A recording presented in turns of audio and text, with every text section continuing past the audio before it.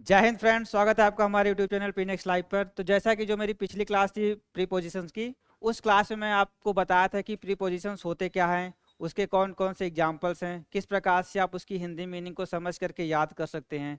अगर आपने मेरी जो पिछली क्लास है प्रीपोजिशंस की अगर आपने नहीं देखी है तो उस क्लास को सबसे पहले देख लें, उसके बाद यहाँ पर आए।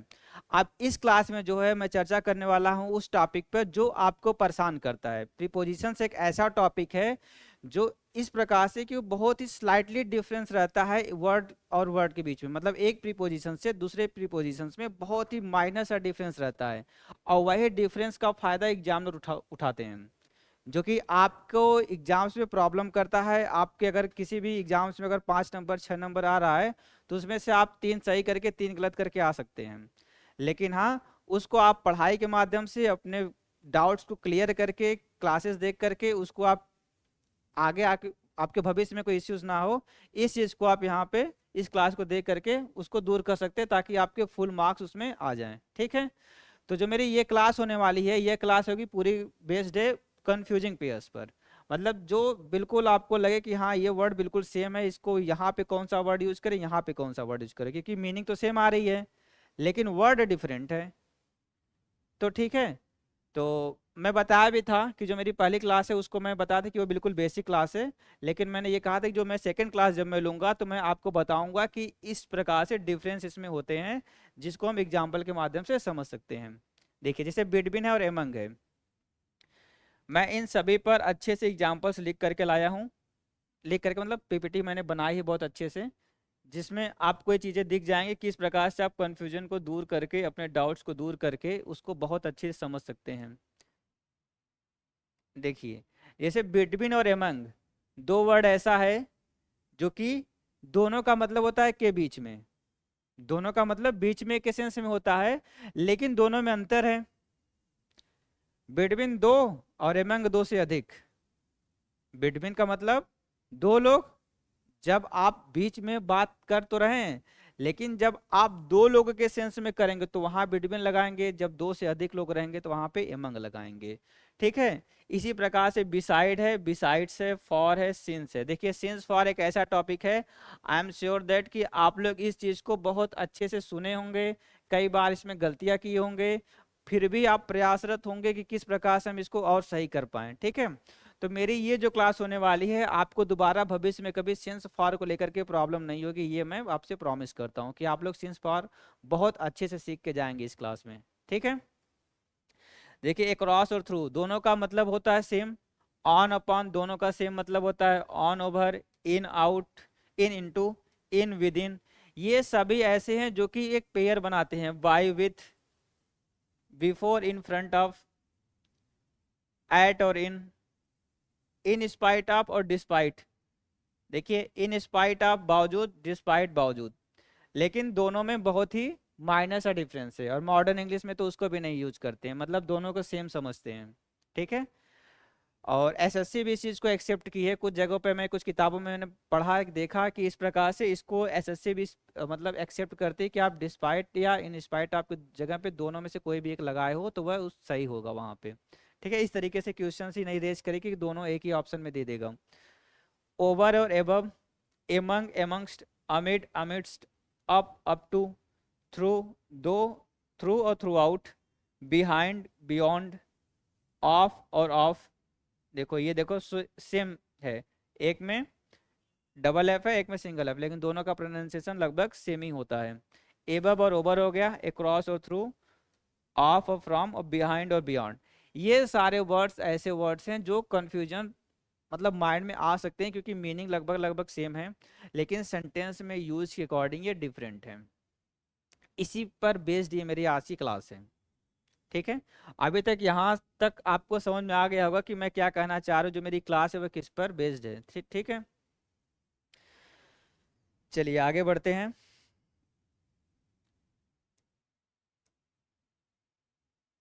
देखिए, यहाँ से क्वेश्चन शुरू होता है।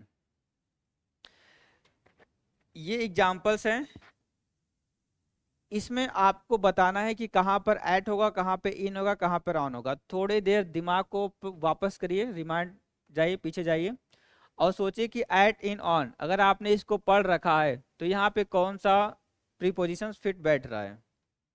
एक बार खुद से करेंगे आप लोग, उसके बाद फिर मैं इसको एक्सप्लेन करूंगा। सोचिए, एक बार दिमाग लगाइए।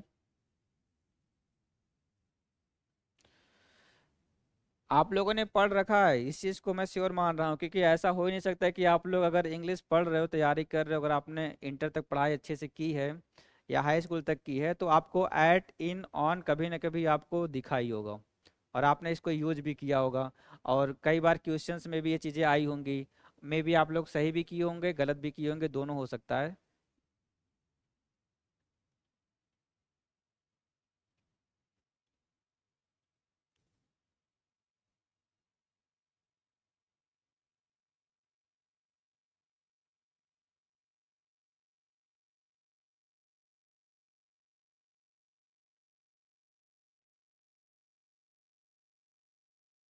चलिए ठीक है, अब हम बताते हैं।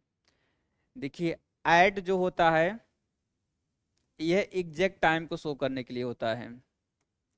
एग्जैक्ट टाइम क्या है? Exact time. अब यहाँ पर आप देखिए, कहीं पर एग्जैक्ट टाइम शो हो रहा है तो आप कहेंगे हाँ सर, पहले वाले में ही शो हो रहा है। ही रीच्ड एट 4 o'clock, तो क्या हो गया? एट हो गया। ये दोनों चीजें हट गई। अब बात करें इन की। इन शो करता है मंथ और ईयर। अब यहाँ आप ढूंढिए कहाँ पर मंथ का जिक्र हो रहा है, कहाँ पर ईयर का जिक्र हो रहा है। तो आप कहेंगे सेकंड में अगस्त आया हुआ है, ही रीच्ड इन अगस्त। और कहाँ पर है? ही रीच्ड। ईयर कहाँ पर है? इन 1999। ठीक। बच गया आपका ऑन। ऑन कहाँ पर होता है? एक तो डे में और एक डेट में। ऑन संडे और यहाँ ऑन 4 जुलाई। अब देखिए, यहाँ से एक चीज तो समझ में आ गई कि ये सब बहुत ही माइनर, बहुत ऐसे वर्ड है जो बहुत ही नॉर्मल वर्ड्स हैं, लेकिन हमको पता होना चाहिए कि कौन सा कहाँ पर यूज होता है। ये हमें रूल बताता है, ये रूल हमको समझाता है कि हम इसको यहाँ यूज करेंगे। अब देखिए, अभी तक जस्ट जब मैं आपसे पूछा तो आप बिल्कुल कंफ्यूज हो गए होंगे कि कौन सा कहाँ पर यूज होगा, किसी को कहीं पे भी फिट कर दिए होंगे और उसके प्रोनाउंसिएशन के अकॉर्डिंग या जिसमें रिदम बैठ रहा है उसके अकॉर्डिंग आप कर दिए होंगे, तो वो गलत होता है। मैक्सिमम ऐसे सेंटेंस जहां पर आपको लग रहा है कि ये रिदम इसका सही बैठ रहा है, यहाँ पे ऑन सही होगा, तो वह गलत हो सकता है। रूल्स को जानो। अगर आप पढ़ाई कर रहे हो, अगर आप कंपटीशन की तैयारी कर रहे हो, आप एग्जाम देने वाले हो, तो आपको वहां पर ये रिदम, ये देखने में अच्छा लग रहा है, ये फिट बैठ रहा है, तो ऐसे नहीं होता है। नियम क्या कहता है, ये चीज ज्यादा मायने रखती है। ठीक है, आप समझ में आ गया। एट जो है आपका एग्जैक्ट टाइम शो करता है, जैसे ही रीच्ड एट 4 o'clock, वह पहुंचा कब? 4 o'clock पर पहुंच गया। ही रीच्ड इन अगस्त, किस महीने में? अगस्त महीने में। ही रीच्ड ऑन संडे, ये डेट को शो कर रहा है, मतलब सॉरी डे को शो कर रहा है, दिन को। ठीक। ऑन संडे, तो यहाँ पे संडे जगह कुछ भी हो सकता है, मंडे हो सकता है, ट्यूसडे हो सकता है, एटसेट्रा। इस प्रकार से कोई भी डेट हो सकती है, यहाँ पे डे हो सकती है। ही रीच्ड इन 1999, ईयर जैसे यहाँ पे है। अब ईयर कुछ और भी हो सकता है, इन 2001 हो सकता है, 2002 हो सकता है, 2005 हो सकता है, इस प्रकार से हो सकता है। ऑन 4 जुलाई, तारीख भी यहाँ पे कोई भी हो सकती है। ऑन 4 जुलाई, देखिए यहाँ पे भी मंथ तो आया है, लेकिन ये ऑन जो यूज हुआ है वो डेट के लिए यूज होता है, 4 जुलाई के लिए यूज हुआ है। ऑन 4 जुलाई। ठीक है, तो अभी आई थिंक क्लियर हो रहा है, डाउट्स क्लियर हो रहे हैं माइंड में। देखिए, यही प्रीपोजिशन है। ये जो चीजें बताई जा रही हैं आपको, इसी चीज को आपको समझना है। इसी चीज को जितना डीप समझोगे उतना अच्छा आपके एग्जाम्स में होगा, उतने अच्छे आपके मार्क्स आएंगे, उस हिसाब से आपका एग्जाम्स जाएगा। क्योंकि प्रीपोजिशन ऐसा टॉपिक है जो मोस्टली बहुत कॉमन ऐसा टॉपिक है जो कि अक्सर एग्जाम्स में आता ही आता है। ग्रामर अगर आप किसी भी पोर्शन में, अगर जैसे किसी भी स्टेट लेवल का हो गया या सेंट्रल लेवल का कोई भी एग्जाम है, वहाँ ग्रामर आ रहा है, चाहे 25 क्वेश्चन आ रहा है, चाहे 50 क्वेश्चन आ रहा है, चाहे 100 क्वेश्चन आ रहा है, वहाँ पे प्रीपोजिशन का आना अनिवार्य है। ये चीज़ें मैंने देखी हैं। और आप लोगों को भी फील होता होगा ये चीज़ें, ठीक है। तो यही चीज़ें हैं जो आपको समझनी है और सीखनी है। आगे बढ़ें अब। यहाँ कोई डाउट नहीं है, इसको याद कर लो, याद करने की कोई ट्रिक बना लो। बल्कि अ, जैसे माई वर्ड MY इन होता है, M का मतलब मंथ, Y का मतलब ईयर, इस प्रकार से सोच लो। बहुत कॉमन सी बात है। अगर आपको चीज़ें जैसे बात याद करने में थोड़ा लेंदी जा रहा है, अगर आप लोगों ने क्लास अच्छे से देखी है, आपको मीनिंग पता है, तो आप उससे ट्रिक बना सकते हो कि आप ज़्यादा टाइम तक उसको माइंड में रख पाओ। क्या होता है कि जब हम चीज़ें पढ़ लेते हैं, उसको समझ लेते हैं, तो ट्रिक बनाते हैं, तो वह हमेशा बेनिफिशियल होता है आपके लिए। और बचा आपका ऑन, ऑन के लिए D2 याद कर लो। जैसे एक हो गया डेट, एक हो गया डे, जैसे डेट यहाँ पे था ऑन और डे यहाँ पे था संडे, इस प्रकार से नॉर्मल सी बात है, ठीक है। तो इसको आप लोग नोट कर सकते हो।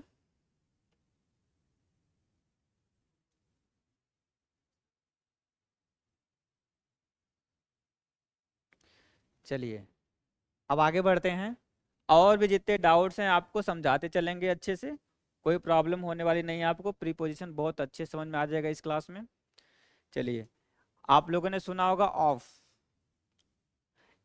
दो होते हैं, एक ओ डबल एफ होता है, एक ओ एफ सिंगल एफ होता है।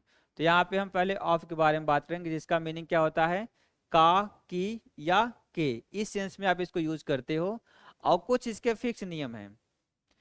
पहला तो ये इंडिकेट ओरिजिन, आपके ओरिजिन को शो करता है, जैसे कि आप कहीं के मूल निवासी हो सकते हैं, कोई मूल आपकी पहचान है, उस चीज को शो करता है।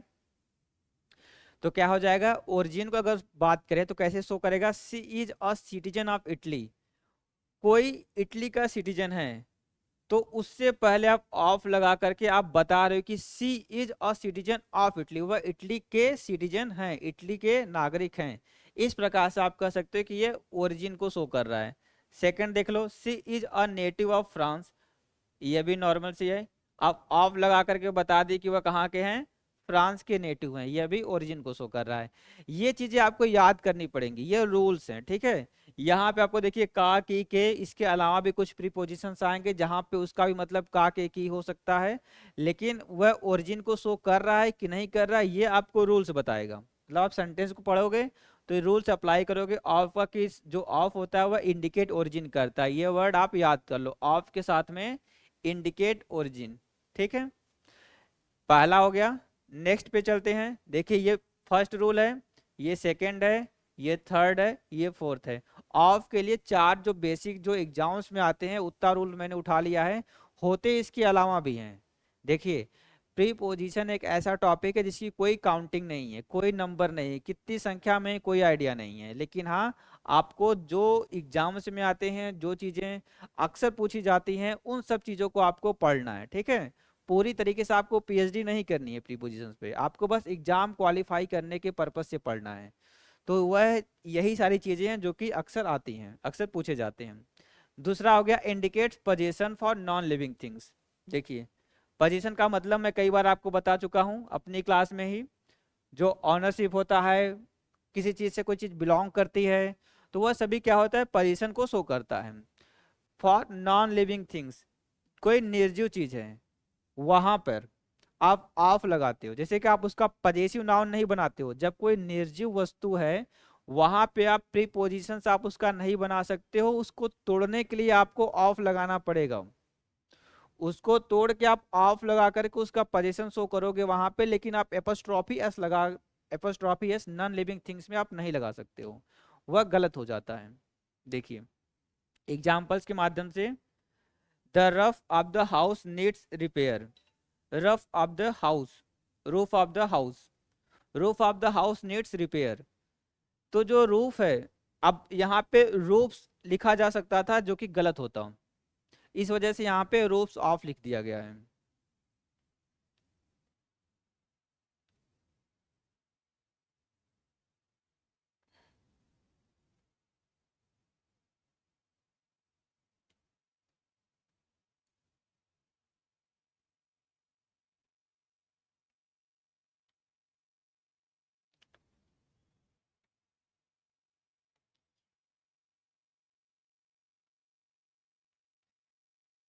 ठीक है, यहां तक समझ में आ रहा है, position for non living things.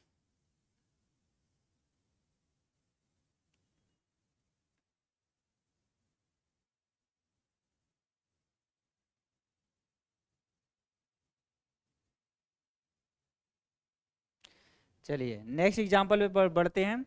Next example है आपका, यहाँ से एग्जाम शुरू हुआ है, the pages of the book are torn.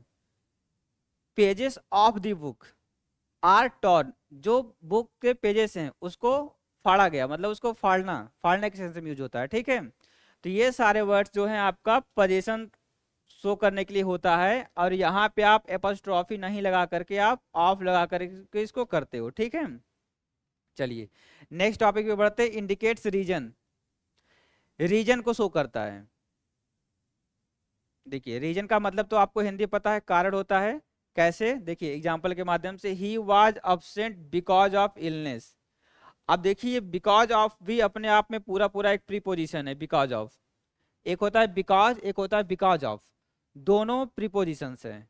लेकिन यह जो है कारण को शो करता है, इस वजह से यहाँ पे ऑफ को लगाया गया है। अब क्योंकि भी सेम है, वहां पे भी कारण ही शो करता है, लेकिन यहाँ पे ये इस प्रकार से ऑफ लगा करके आप उसको मतलब डिफाइन कर सकते हो कि ये बिल्कुल रीजन ही बता रहा है, he was absent because of illness. ठीक है, नेक्स्ट है, he success is because of hard work. He success is because of, देखिए same, because of hard work. Of word यहाँ पे कारण बताने के लिए यूज हुआ है, इस चीज का आप लोग ध्यान दीजिएगा, रीजन बताने के लिए। नेक्स्ट है, इंडिकेट्स कैरेक्टरिस्टिक्स। कैरेक्टरिस्टिक्स को इंडिकेट करता है। कैरेक्टर का मतलब आप लोगों को पता होगा, जैसे जो आपका चरित्र होता है, मतलब किसी व्यक्ति का चरित्र कैसा है, कैरेक्टर कैसा है, तो आप लोगों ने नॉर्मली भाषा में अपने यूज करते होंगे। उसी प्रकार से किसी का कैरेक्टर कैसा है वो इस चीज को शो करता है। जैसे the smell of flowers field the room, the smell of flowers field the room. यहाँ पे जो ऑफ है वो फ्लावर के कैरेक्टर को शो कर रहा है, वह स्मेल ऐसा कर रहा था कि उसका पूरा रूम जो है फील हो गया, रूम पूरा भर गया। ठीक है, the taste of the soup is too salty. देखो ये भी क्या बता रहा है, इस सूप का करेक्टर बता रहा है, वो कैसा करेक्टर है उसका, साल्टी, बहुत ही साल्टी। द टेस्ट ऑफ, तो यहाँ पे क्या है, ऑफ यूज करके यहाँ पे आप उसके करेक्टर को डिफाइन करते हो। The sound of the waves is soothing.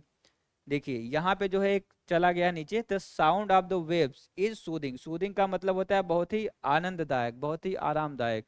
तो the sound of the waves, जो वेव की साउंड आ रही है, जो लहरें जब आती हैं तो उसका जो साउंड होता है वेव की, तो वह जो कैसा बहुत ही सूदिंग होता है, बहुत ही सुकून वाला होता है। ठीक है, ये आपके ऑफ का यूज हो गया, मतलब इस प्रकार से आप आपको डिफाइन कर सकते हो। आप इस प्रकार से कहीं पे भी अगर ऑफ आ रहा है इस प्रकार के सेंटेंस में, तो आप समझ जाइए कि वह क्या है, इस प्रकार से रीजन को शो कर रहा है, कैरेक्टरिस्टिक्स को शो कर रहा है, ओरिजिन को शो कर रहा है, या फिर नॉन लिविंग थिंग्स को आप पोजीशन मतलब पॉजिटिव बनाने के लिए यूज करते हो। ठीक है, तो मैं मान के चल रहा हूँ कि आप लोग ऑफ वर्ड को समझ गए, उसकी हिंदी में बता दिया, उसके कुछ यूजेस जो इंपॉर्टेंट यूजेस है जो एग्जाम्स में आते हैं उस चीज को मैं समझा दिया हूँ। ठीक है, क्लियर है। चलिए इसको आप लोग नोट कर लेंगे सभी लोग, या स्क्रीनशॉट ले लेंगे।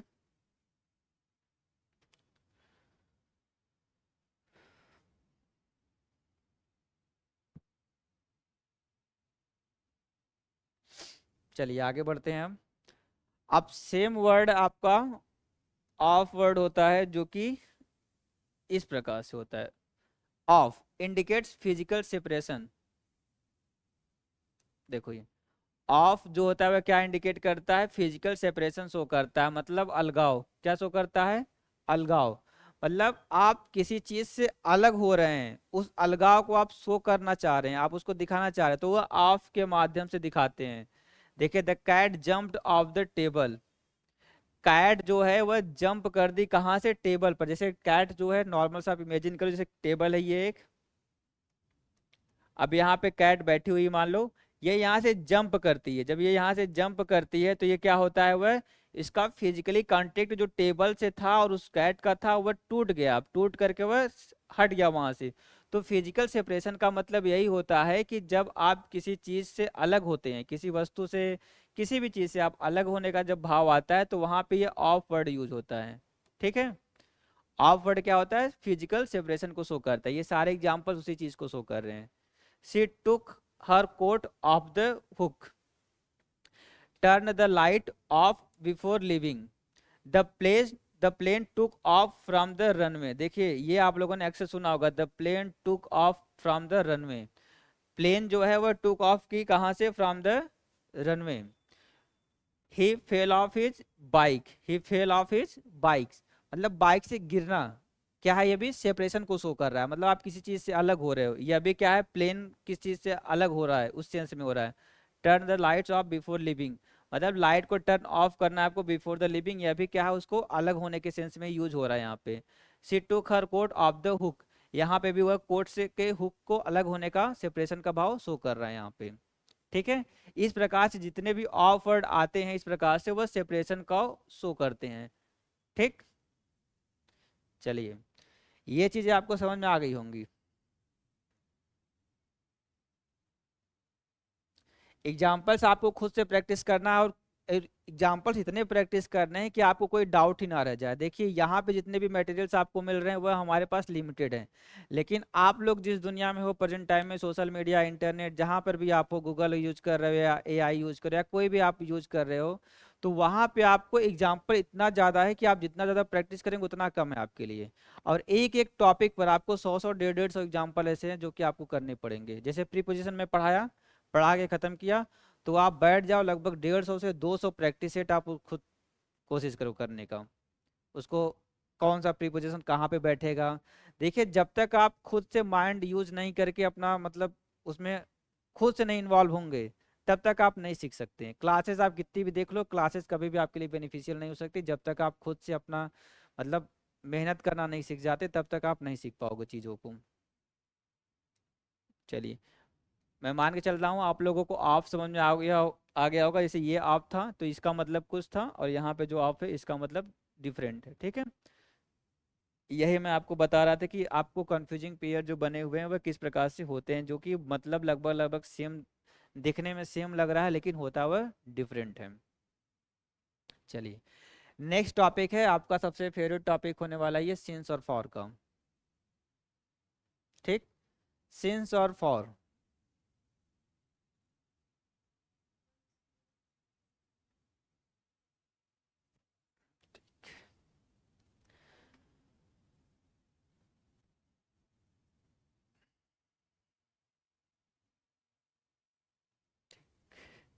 चलिए देखिए सिंस जो होता है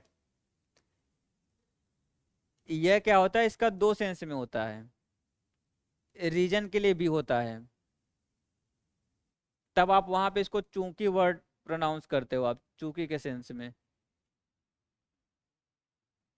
अच्छा, मात्रा में मिस्टेक हो गया फिर से। इस प्रकार से जब आप करते हो तो यह रीजन के सेंस में होता है। ठीक है, और यहाँ पे जब मैं बात करने वाला हूँ आपको, यहाँ पे मैं इसको टाइम के सेंस में यूज कर रहा हूँ। ठीक है, आपको जब और डीप चलेंगे तो आपको इसकी भी मीनिंग बताएंगे कि आप इसको सेंस के रूप में कब यूज करते हो, जब आपको रीजन कैसे शो करना होगा। और यहाँ पे जब हम बात करेंगे तो हम सिंस और फॉर में डिफरेंस लाने के लिए हम बात कर रहे हैं। यहाँ पे सिंस और फॉर एक्चुअल में क्या होता है आप लोगों ने जरूर पढ़ा होगा। आपको जितने भी आप परफेक्ट कॉन्टिन्यूअस टेंस पढ़ते हैं, चाहे वह प्रेजेंट का हो गया, चाहे पास्ट का हो गया, चाहे फ्यूचर का, जहाँ पे भी आप पढ़ते हैं तो वहाँ पे आपको अक्सर ये चीज़ें दिख जाती होंगी, सिंस और फॉर। ठीक है, देखिए uses since is used to specify the starting point of a period or action. It indicates the exact point in time when something began. देखिए थोड़ा ज़्यादा इंग्लिश हो गया होगा, मैं समझा दे रहा हूँ। देखिए since is used to specify, specify मतलब होता है विशेष, स्पेसिफाई द स्टार्टिंग पॉइंट। क्या करता है स्पेसिफाई, स्टार्टिंग टाइम को पॉइंट करता है, पॉइंट ऑफ ए पीरियड और एक्शन, मतलब ये पॉइंट ऑफ टाइम है सिंपल सी भाषा में। ठीक है, हाँ इस जैसे आप विशेष के सेंस में यूज करोगे इसको। ठीक है, specify the starting point of a period और action, it indicate the exact point. देखिए एग्जैक्ट, एग्जैक्ट का मतलब बिल्कुल जैसे उचित के सेंस में आप यूज करते हो, या बिल्कुल ठीक के सेंस में यूज करो आप, ठीक उसी समय, exact, exact point, in time when something began. ठीक है, ऐसी कोई चीज है जब, किस समय वो बिगन हुई, वह शुरुआत कब हुई, और वह चल रही कि नहीं चल रही है, ये चीजें आपको इस एग्जाम्पल के माध्यम से समझाया जाएगा। लेकिन होता क्या है, आपको सिंपल सी भाषा में बस इतना याद करना है कि सिंस क्या शो करता है, पॉइंट ऑफ टाइम को शो करता है, पॉइंट ऑफ टाइम। बस इतना वर्ड आप अपने माइंड में रख लो, पॉइंट ऑफ टाइम। ठीक है, अब फॉर में मैं बताऊंगा आपको कि उसको क्या करते हैं, फॉर में आपको period of time, point of time और पीरियड ऑफ टाइम, ये एग्जाम्पल के माध्यम से मैं समझाऊंगा कि पॉइंट ऑफ टाइम क्या होता है, पीरियड ऑफ टाइम क्या होता है। देखिए, जैसे हो गया, I have been waiting here since morning, I have been waiting here since morning, मैं यहाँ पे इंतजार कर रहा हूँ, सिंस मॉर्निंग मतलब सुबह से, मैं यहाँ पर सुबह से इंतजार कर रहा हूँ। देखिए, it started in the morning, शुरू कब हुआ है, मॉर्निंग में, एंड कॉन्टिन्यूज अंटिल नाउ, और अभी तक क्या है, कॉन्टिन्यू है। पॉइंट ऑफ टाइम का मतलब होता है कोई चीज शुरू तो हुई है, लेकिन उसके खत्म होने का टाइम यहाँ पर नहीं शो हो रहा है। ठीक है, मतलब I have been waiting here since morning, अब खत्म कब हुआ, यहाँ पे कोई चर्चा उसकी नहीं हुई है। तो बस यही होता है कि आपको ये समझना है कि सिंस जो होता है वो पॉइंट ऑफ टाइम को शो करता है। ठीक, नेक्स्ट है, she has lived in this city since 2010। अब देखिए, she has lived in this city since 2010, वह यहाँ पर 2010 से रह रही है। ठीक है, अब देखिए, her residence in the city started in 2010 and continues to the present. और यहाँ पे भी सेम चीज, जो पहला एग्जांपल मैं आपको बताया कि शुरू तो हुआ लेकिन खत्म होने का कोई टाइम नहीं आया, तो यहाँ पे भी वही रूल लागू हो रहा है कि she has lived in this city since 2010, लेकिन कब छोड़े ये कोई चर्चा यहाँ पे नहीं है। पॉइंट ऑफ टाइम का मतलब यही होता है कि शुरुआत तो हुआ लेकिन खत्म होने का कोई समय फिक्स नहीं है। चलिए, नेक्स्ट एग्जांपल से देखिए आप लोग, she has been at the park since morning, she has been at the park since morning, मतलब वह पार्क में कब से है, मॉर्निंग से है। देखिए, she has been there since the morning started, मतलब वह तब से वहां पर है, जब से सुबह हुई है तब से वहां पर है, लेकिन ये जो है एक्शन जो है अभी भी खत्म नहीं हुआ, मतलब जो वहां पे व्यक्ति है वहां पे वह अभी तक वहीं पर है। तो यहाँ पे उसके एंड को नहीं शो कर रहा है, मतलब कि वह वहां से चली गई कि नहीं गई, या कब जाएगी, ऐसा कुछ भी, मतलब कोई पीरियड नहीं शो कर रहा है, मतलब कोई पीरियड ऑफ टाइम नहीं शो कर रहा है, बस बिगिन शुरू हुआ है, मतलब वहां पर है, ये नहीं बताया गया कि कब वह वहां से गई है। ठीक है, नेक्स्ट एग्जाम्पल है, I have been friends with Sarah since kindergarten. ठीक है, आई हैव बीन फ्रेंड्स, हम फ्रेंड्स हैं, विथ सारा मतलब सारा के साथ मेरी दोस्ती है, since kindergarten, our friendship started in kindergarten, और जो कि अभी तक क्या है, कंटिन्यू है, कंटिन्यू है या खत्म हो गई है, कुछ भी यहाँ पे एग्जैक्ट टाइम आपको पीरियड नहीं शो किया गया है, बस आपको पॉइंट ऑफ टाइम शो कर दिया गया कि हमारी किंडरगार्टन से हमारी फ्रेंडशिप है, मतलब बिल्कुल ही, जैसे किंडरगार्टन का मतलब आप लोग समझते हैं, जैसे बचपन से बिल्कुल जब खेलने की उम्र जब थी तब से लेकर के अभी तक वह दोस्ती बनी हुई है, और कोई भी एंडिंग नहीं है, इसका कोई समाप्ति इसमें नहीं है।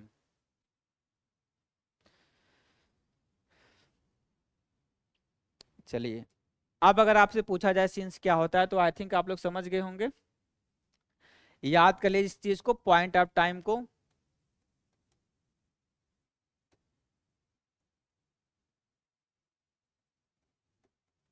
ठीक है, इस चीज को याद कर लीजिए, यहाँ पे आपको बस यही समझना है कि कोई चीज की बिगनिंग तो हुई है, किसी चीज की शुरुआत तो हुई है, लेकिन वह खत्म कब हो रहा है इसके बारे में कोई भी चर्चा नहीं है, बस पॉइंट ऑफ टाइम शो कर रहा है, पीरियड ऑफ टाइम नहीं शो कर रहा है। चलिए, अब इसी चीज को मैं आपको फॉर में बताता हूँ, जिसका मतलब तो सेम होता है लेकिन यूजेस डिफरेंट हैं। सिंस का मतलब भी से होता है, फॉर का मतलब भी से होता है, अगर आप हिंदी निकालेंगे तो दोनों की मीनिंग सेम निकलेगी। ठीक है, चलिए, फॉर के बारे में आपको बता दे रहे हैं, आपको फॉर को भी लेके कोई भी डाउट्स माइंड में नहीं रहेगा। अगर आपको कभी भी सिंस और फॉर को लेके कोई डाउट्स रहा होगा, वह चीज़ें आपकी खत्म हो जाएंगी अभी। चलिए फॉर देखिए क्या होता है। For is used to indicate, for is used to indicate, indicate का मतलब क्या होता है, किसी चीज की ओर इशारा करना या किसी चीज को सूचित करना, संकेत करना, ठीक है, नॉर्मल भाषा में संकेत करना, ठीक है।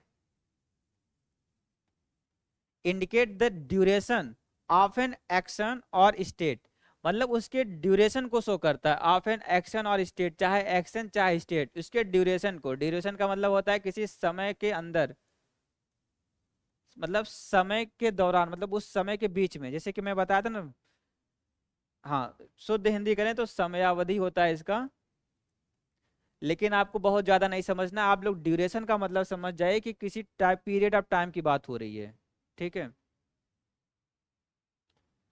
It show how long something has been happening और हाउ लॉन्ग इट लास्टेड, यह शो करता है, यह दर्शाता है how long something has been happening और हाउ लॉन्ग इट लास्टेड, मतलब कोई चीज कब से कब शुरुआत हुई है उसकी और कितनी देर तक वह चल रही है, और हाउ लॉन्ग इट लास्टेड, और ये कब तक खत्म होगी, मतलब कितनी देर तक और ये चलने वाली है, ठीक है। तो ये होता है पीरियड ऑफ टाइम। आपको मैं बता दिया, सिंस में आपको याद करना है पॉइंट ऑफ टाइम, और फॉर्म याद करना है आपको पीरियड ऑफ टाइम।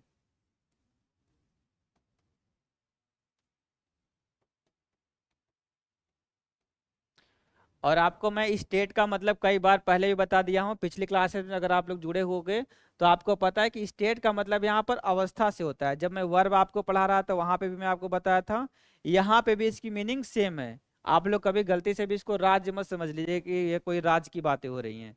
यहाँ पे स्टेट का मतलब अवस्था से है, किसी एक स्टेज से है, किसी व्यक्ति की क्या अवस्था है, किसी समय की क्या अवस्था है, वह इस सेंस में यूज हुआ है यहाँ पे।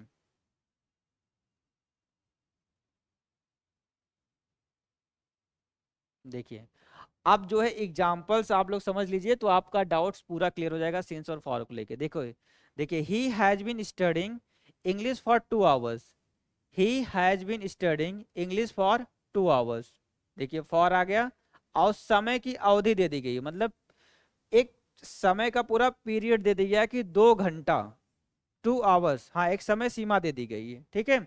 The duration of his study is 2 hours, ठीक है। यहाँ पे ये ड्यूरेशन को शो कर रहा है, यहाँ पे ये वर्ड यूज है ड्यूरेशन, और यहाँ पे सेम चीज आपका शो कर रहा है कि एक ड्यूरेशन के समय ये चीजें हुई हैं, मतलब हो रहे हैं। He has been studying English for 2 hours, ठीक। नेक्स्ट है they have been married for 10 years, अब देखिए क्या है, ये भी है, their marriage has lasted for 10 years, मतलब कितने समय से है वह, कितनी लास्टेड है, वह 10 ईयर्स है, ठीक है। Be played outside for 2 hours, be played continuously for a period of 2 hours, ठीक है। Be played continuously for period of 2 hours, यहाँ पे भी सेम चीज है, ये शो कर रहा है, पीरियड को शो कर रहा है कि वह कितने टाइम से वह खेल रहे हैं। He has been asleep for 10 minutes, यहाँ पे भी जो आपका 10 मिनट्स है वह क्या शो कर रहा है, ये ड्यूरेशन को शो कर रहा है। अस्लीप का मतलब सोना ही होता है, जैसे आप लोग स्लीप पढ़ते हो अस्लीप भी वही होता है।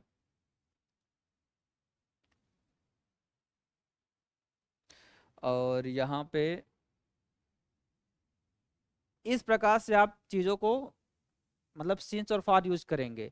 आपको सेंटेंस को पढ़ना है, उसके मीनिंग को समझना है, और फिर उसके बाद यह देखना है कि वह जो सिंस है क्या ये पॉइंट ऑफ टाइम को शो कर रहा है कि कोई चीज शुरू हुई है, किसी समयावधि में शुरू हुई है, वह खत्म होने का उसका कोई पीरियड नहीं है, मतलब कोई उसका ड्यूरेशन नहीं शो कर रहा है वहां पे। एग्जैक्ट क्या शो कर दे रहा है, पूरा ईयर ही डाल दे रहा है। जैसे अगर सिंस, जैसे कभी भी आप लोग देखेंगे, याद करने के लिए आप याद कर सकते हैं इसको, जैसे जब भी आप देखेंगे कहीं पे अगर सिंस लिखा होता है तो सिंस, जैसे होता है सिंस 1975 या सिंस 1947, इस प्रकार से होता है।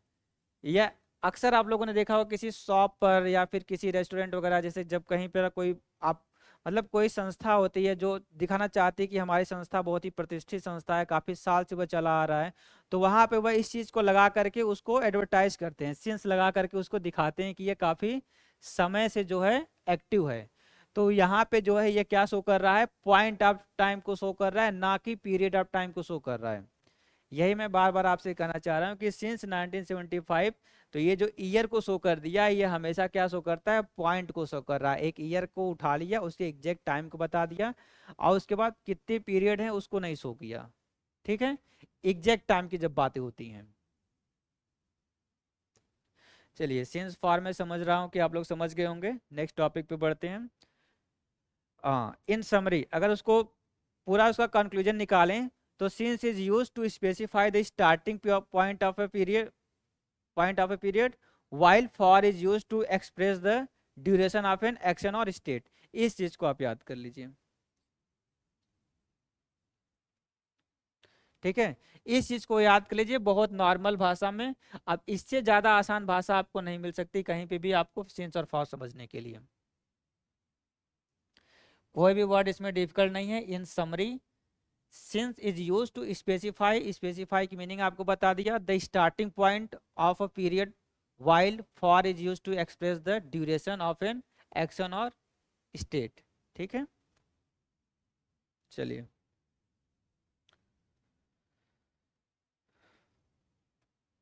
नेक्स्ट है आपका बिटवीन एंड एमंग। चलिए, बिटवीन का मतलब भी होता है के बीच में,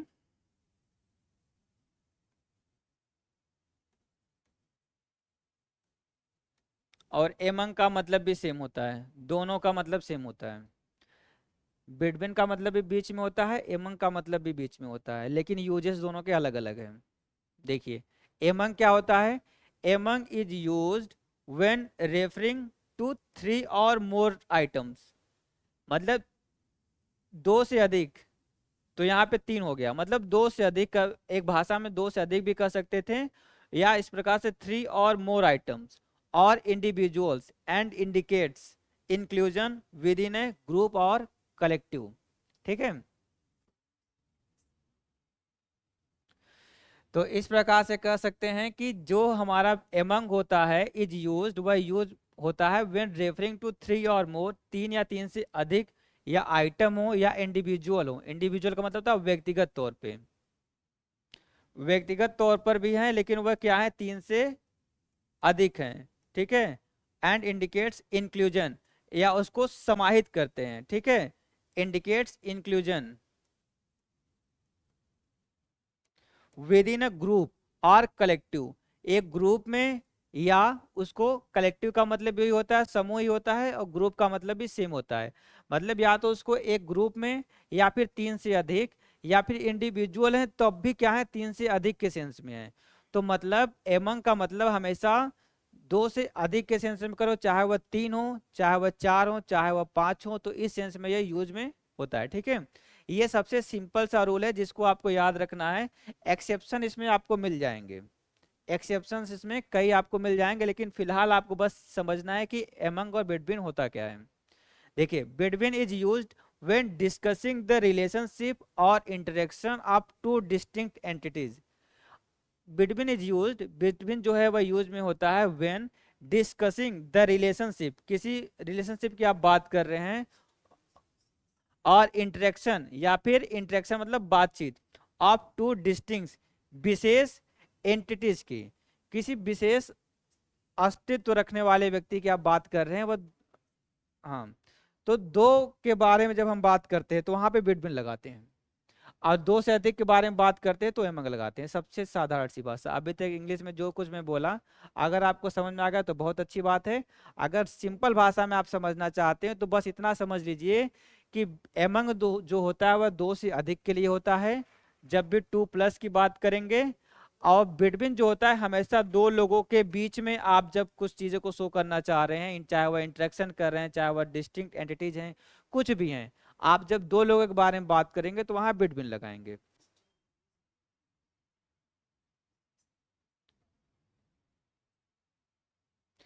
ठीक है, डिस्टिंक्ट का मतलब आपको विशेष बता दिए हैं यहाँ पे, विशेष होता है या विशिष्ट होता है, इस प्रकार से होता है। एंटिटीज का मतलब जैसे कि आप सत्ता रखना है, इस प्रकार से जैसे कुछ अस्तित्व में है, थोड़ा सा हैवी वर्ड है, आप लोग में भी पता नहीं, ठीक है, लेकिन समझ लीजिए इस चीज को। सिंपल सी भाषा में आप समझ लेंगे तो ज़्यादा आसानी होगी, बहुत ज़्यादा इंग्लिश आपको नहीं रटना है यहाँ पे, बस आपको उसकी मीनिंग को क्लियर रखना है कि बिटवीन हमेशा दो लोगों के साथ, एमंग हमेशा दो से अधिक लोगों के साथ। बस इतना चीज़ आपको याद रखना है और इतने चीज़ आपको समझना है, इतने से आपका काम हो जाएगा। किसी भी सेंटेंस में यूजेस हो रहे हैं तो आपको याद रखना है कि किस प्रकार से आप उसको यूज करेंगे, कि जब भी आप दो लोगों को देख रहे हैं तो वहाँ बिटवीन लगा दीजिए, जब देख रहे हैं दो से अधिक ग्रुप की बात हो रही है तो वहाँ पे तुरंत एमंग लगा दीजिए। एग्जाम्पल के माध्यम से ये डाउट क्लियर हो जाएगा। देखिए एग्जाम्पल्स मैं आपको लाया हूँ बहुत अच्छे से जो कि आपको बहुत जल्दी समझ में आ जाएगा कि बिटवीन और एमंग एक्चुअल में होते क्या हैं। चलिए इसके स्क्रीनशॉट आप लोग ले सकते हैं।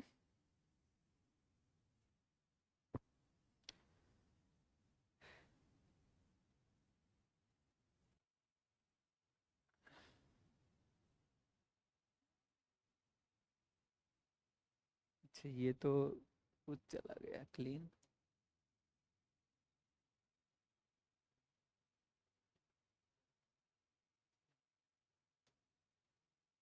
चलिए नंबर ऑफ एंटिटीज मतलब कितनी इकाई में है ये, देखिए used when referring to three or more items और इंडिविजुअल्स, ये जितने भी एग्जांपल्स दिए गए हैं ये सभी आपके एमंग के हैं, ठीक है, ये सारे एग्जांपल्स एमंग के हैं और ये सभी आपके बिटवीन के हैं।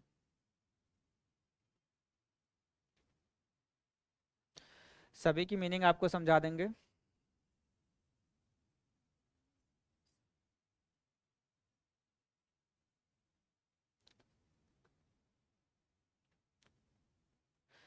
देखिए आप रिलेशनशिप इसका समझ सकते हैं, ये देखिए जो है ये रिलेशनशिप इसका बता रहा है किसका, देखिए क्या होता है एमंग। एग्जाम्पल मतलब आपको मैं डिफिनेशन अच्छे से समझा दिया हूँ कि क्या होता है। यहाँ पे भी देखिए indicates inclusion with in A group और कलेक्टिव। इंक्लूजन का मतलब होता है समावेशित करना, किसी चीज में सम्मिलित करना, ठीक है, विद इन अ ग्रुप और कलेक्टिव, या ग्रुप को या फिर कलेक्टिव को, ठीक है।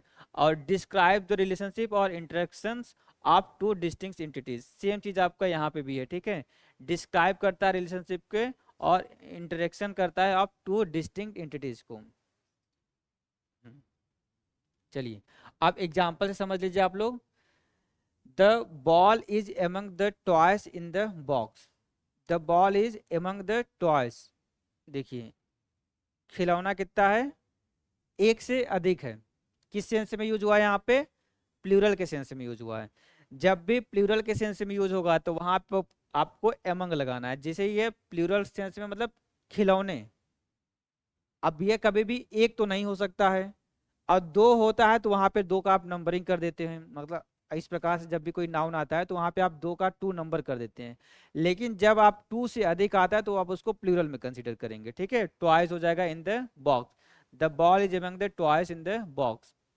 नेक्स्ट है she found her keys among the clutter on the table, she found her keys among the clutter on the table, उन्होंने अपना कीज, देखिए चाबियों का छल्ला, की देखिए आप लोग याद करते होंगे चाबी, और कीज का मतलब होता है चाबियों का गुच्छा, मतलब चाबियां।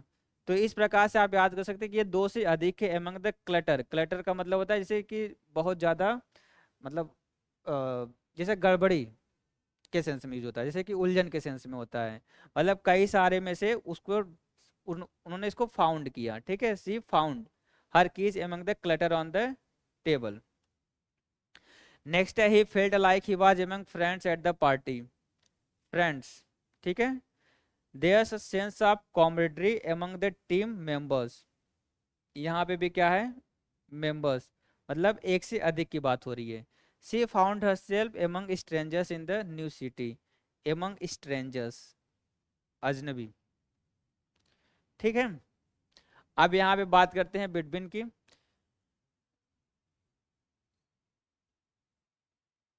हाँ इसकी मीनिंग जो होती है भाईचारा होती है, ठीक है, भाईचारा हो गया, सौहार्द हो गया, इस प्रकार से जो होता है आप लोग समझते हैं, सौहार्द वर्ड एक है, एक भाईचारा वर्ड है, मतलब मित्रता का स्वभाव, इस प्रकार से जो चीजें होती हैं, ठीक है। The conversation was between Alice and Bob, देखिए दो व्यक्ति हैं जिनके बीच में क्या हुआ है, कन्वर्सेशन हुआ है। अब यहाँ पे देखिए सीधे सीधे एक दो आप काउंट कर सकते हैं कि दो पर्सन की बातें हो रही हैं। The deal was struck between the two companies, कितना, दो कंपनीज। देखिए कंपनीज तो है यहाँ पे, लेकिन यहाँ पे टू वर्ड ऐड कर दिए, इस वजह से हम समझ गए कि यहाँ पे बिटवीन वर्ड होगा। अगर यहाँ पे टू हटा देते तो यहाँ पे तुरंत एमंग शिफ्ट हो जाता। The bridge connects the two cities between the rivers. देखिए फिर टू वर्ड आया हुआ है यहाँ पे। The competition was between the top two contenders, ठीक है। हम्म, ये भी नहीं नीचे जा रहा है। मतलब दो लोगों के बीच में क्या है, कंपटीशन। यहाँ पे देखिए टू नंबरिंग आ गई है। The choice is between staying home और गोइंग आउट। यहाँ पे भी स्टेइंग होम और गो आउट, यहाँ पे भी दो चीजों के बारे में। चलिए इस चीज को आप लोग लिख लीजिए, समझ लीजिए इस चीज को।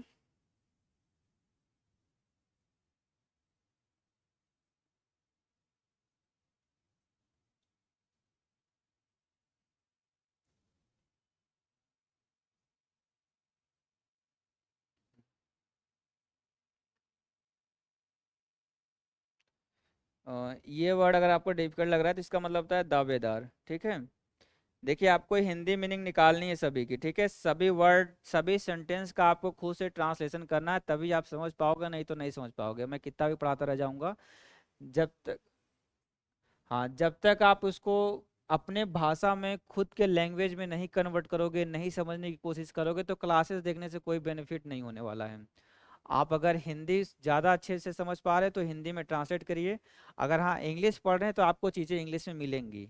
ये चीज़ें आपको मैं बता दे रहा हूँ। कुछ वर्ड आपको डिफिकल्ट भी मिलेंगे, उन सब वर्ड का डिफिकल्ट अगर हैं तो आप उसको सर्च करिए। आपके पास डिक्शनरी होनी चाहिए, आपके पास चाहे गूगल ट्रांसलेटर यूज करिए, लेकिन उसको सर्च करके उसकी मीनिंग को समझिए।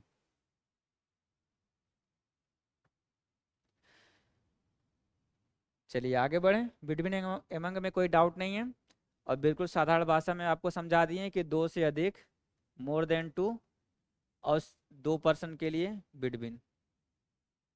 क्लीन। चलिए आगे बढ़ते हैं। नेक्स्ट है आपका beside and besides.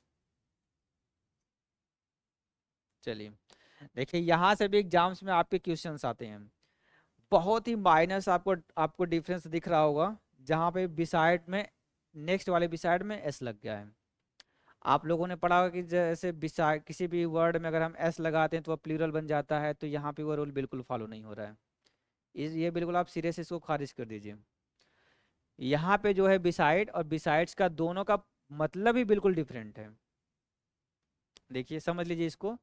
Beside is use to indicate physical proximity और बीइंग नेक्स्ट टू समथिंग। देखिए बिसाइड क्या शो करता है, इंडिकेट करता है, संकेत करता है फिजिकल प्रॉक्सिमिटी। प्रॉक्सिमिटी का मतलब होता है निकटता। क्या होता है, निकटता, मतलब कोई चीज पास के सेंस में। और बीइंग नेक्स्ट टू समथिंग, या कोई चीज जस्ट बगल में रखी हुई है। बिसाइड का मतलब बगल के सेंस में यूज होता है। जैसे कोई चीज बगल में आपके रखी हुई है तो आप उसको बिसाइड बोलोगे, कोई चीज बिसाइड रखी हुई है, ठीक है। और नेक्स्ट अगर बिसाइड्स की बात करें, सिर्फ इसमें एस का ऐड हो रहा है यहाँ पे, लेकिन मतलब पूरा पूरा बदल रहा है। मतलब क्या हो रहा है, is use to add extra information. मतलब आप उसमें कुछ एक्स्ट्रा इंफॉर्मेशन ऐड कर रहे हैं। और टू एक्सप्रेस ऑप्शंस और अल्टरनेटिव्स, कोई अदर ऑप्शन आप ऐड कर रहे हैं या कोई अल्टरनेटिव आप उसमें ऐड कर रहे हैं, तो वह इस सेंस में यूज होता है, ठीक है। आप यहाँ पे इसको सिंपल भाषा में इन एडिशन टू भी बोल सकते हैं, इन एडिशन टू, नॉर्मल भाषा में। और इसको आप लोग याद कर सकते हो बगल, बगल के सेंस में अगर हिंदी में बात करें तो। और इसका अतिरिक्त के सेंस में हिंदी याद कर सकते हो, अतिरिक्त। आप लोगों ने अतिरिक्त वर्ड सुना होगा। अतिरिक्त का मतलब एक्स्ट्रा के सेंस में होता है, जैसे एक्स्ट्रा, यहाँ पे वर्ड भी यूज हुआ है। हाँ एक्स्ट्रा वर्ड यहाँ पे देखिए यूज भी हुआ है, उसी का मतलब अतिरिक्त होता है। और यहाँ पे प्रॉक्सिमिटी का मतलब निकटता होता है। या फिर अगर सिंपल भाषा में बिसाइड का मतलब बगल। जैसे कोई चीज बगल में है, कोई वस्तु है, कोई चीज है, कुछ भी है, कोई पर्सन है, वो आपके बगल में है, तो वह क्या शो करता है, वहां पे आप बिसाइड लगाओगे। कोई चीज आपका इन एडिशन टू है तो वहां पे बिसाइड्स लगाओगे।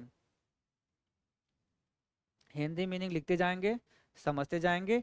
एग्जाम्पल्स आपको हम प्रॉपर आपको हम देते रहेंगे, ठीक है। Clear clear. हम्म। देखिए अब ये आपको बिसाइड और बिसाइड्स में डाउट्स अगर होंगे तो वह क्लियर हो जाएगा आपका इस एग्जाम्पल्स के माध्यम से।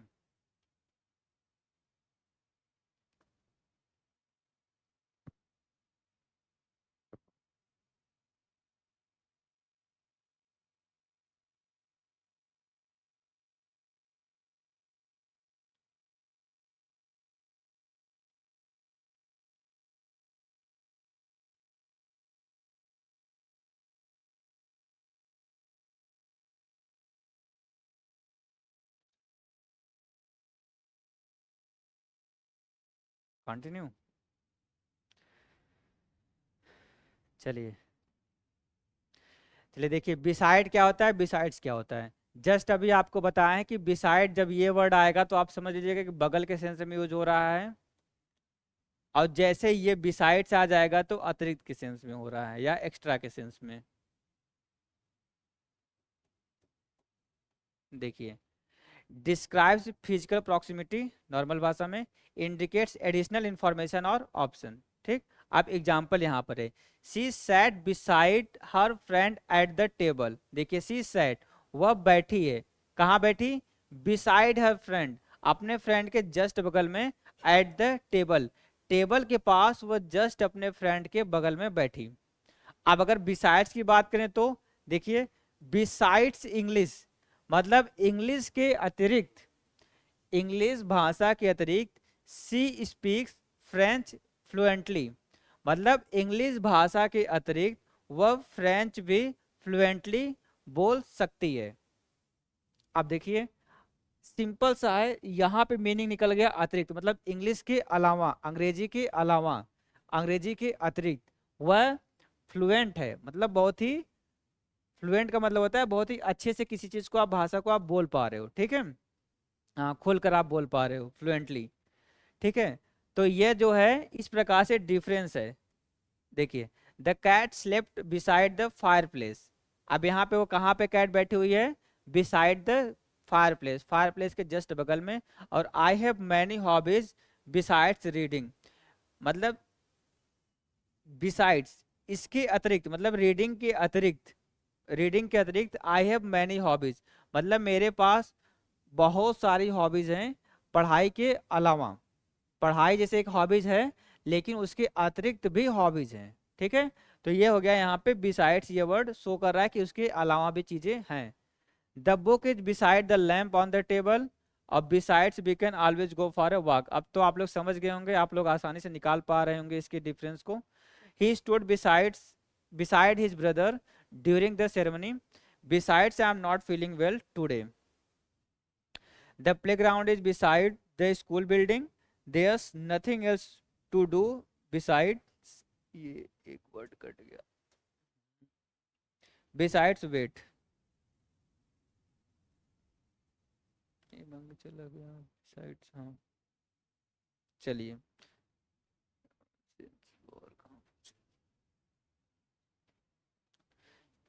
ठीक है।